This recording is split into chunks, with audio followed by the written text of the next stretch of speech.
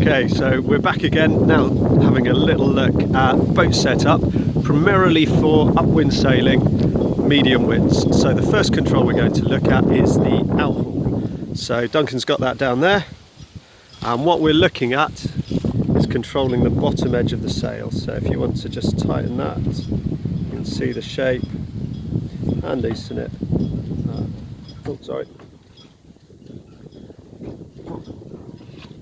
So we've got the belly of the sail opening and closing there. With the bottom of the sail, you always want some shape in it. Too deep, and actually the boat wants to turn into the wind. You get quite a lot of weather helm. Too tight, and you just don't get enough drive in the bottom. So roughly where you want it is about a hand span there. So that's very technical, but that will get you roughly in the right position. So you can see there we've got a little bit of shape. Okay, so moving on, the next control we're going to have a quick look at is the downhaul. So the downhaul controls the front edge of the sail. Pull it on, it also controls the top. So as Duncan's pulling it on there, might be possible just to see, it's actually at the top, near those top two battens, the sail is actually flattening off and opening out slightly. So we're shedding power from the top of the sail. That's got the most leverage over you, so that's where you want to lose the power. So very useful as a depowering tool.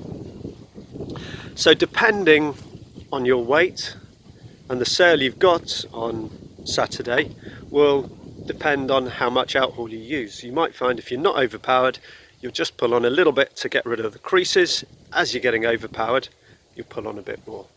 Right, now the most important control line on the boat is your main sheet.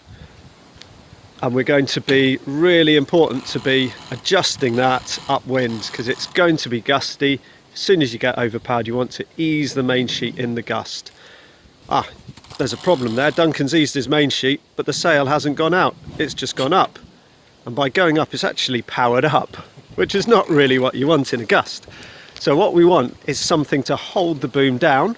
So as you ease the main sheet, the sail shape stays the same. Fortunately, we've got a control that does that.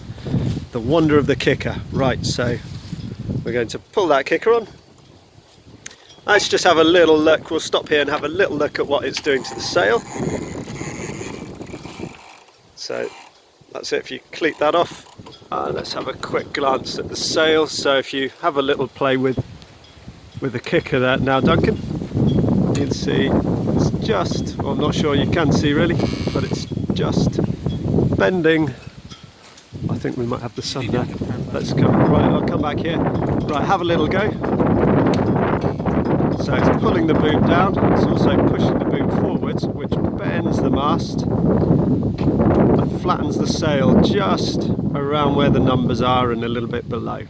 Okay, but what we're aiming to do for Saturday is pull on enough kicker so you can see here the main sheet goes out. The boom hasn't gone up, but now when Duncan pulls the main sheet in, you can pull it in, gust hits, he can ease it out, and the sail will go out and ease the power in the sail, and the boom doesn't go up.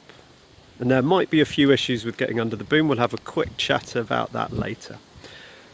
Next thing we're going to have a little look at is adjusting the control, or the kicker mainly, around the course. Go for it. Okay, we're coming up to the windward mark here, and we've got basically everything sheeted in hard because we're keeping the boat flat. But we're coming up, as I say, to the windward mark, and we know that we're going to have to let the kicker off. But what we want to do is make sure we've got some loose, basically, main sheet. So let 6 inches off, okay? Let the kicker off, and then cleat it, and then sheet back in again until you actually get to the buoy. And then make sure you have got enough, basically, of the main sheet loose and running, because there's nothing worse than having it caught around your foot as you try and bear off round the windward mark, and the main sheet won't suddenly run out, as we all know too well. You then basically let the cunning off, and then thirdly, if we're depending on what level of reach we are, we're going to let a little bit of outhaul off.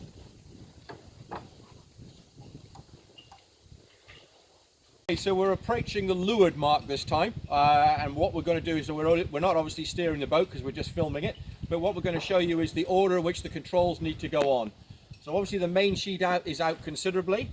As I'm approaching the mark, I'm going to basically put on and adjust the out haul literally to that level, so it's just about what my hand is, and I know it is because I've got a little bit of tape on my out haul. I haven't, but okay.